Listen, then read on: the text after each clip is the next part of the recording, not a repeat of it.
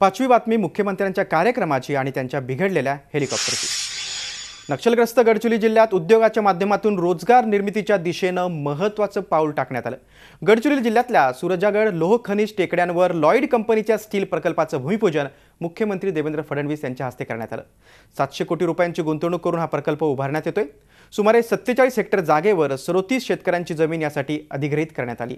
जिल्ह्यातील लोह खनिज येथेच कामी यावं आणि स्थानिक बेरोजगारांना रोजगार मिळावा हा यामागील उद्देश आहे।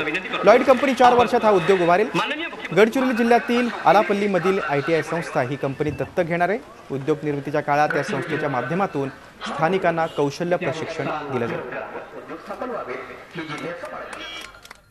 या जिल्ह्यामध्येच जे खनिज आहे त्याच्यावर याच जिल्ह्यामध्ये या ठिकाणी प्रोसेसिंग झाल्यामुळे मोठ्या प्रमाणात संपन्नता येईल, रोजगार देखील मिळेल। आम्ही दुसरा या ठिकाणी सांगितलं आहे की जिल्ह्यातल्याच तरुणांना रोजगार मिळाला पाहिजे आणि त्याकरता लॉयडनी देखील आज मान्य केलेलं आहे की आलापल्लीचं जे ITI आहे ते दत्तक घेतील आणि त्या ITI मध्ये जिल्ह्यातल्या तरुणांना त्यांच्याकरता आवश्यक ज्या स्किल आहेत, जे कौशल्य आहेत, ते सगळे कौशल्य हे त्या तरुणाईला ते देतील आणि त्या माध्यमातून या ठिकाणी त्यांनाच एम्प्लॉयमेंट मिळेल। झी 24 तास रहा एक पाऊल पुढे।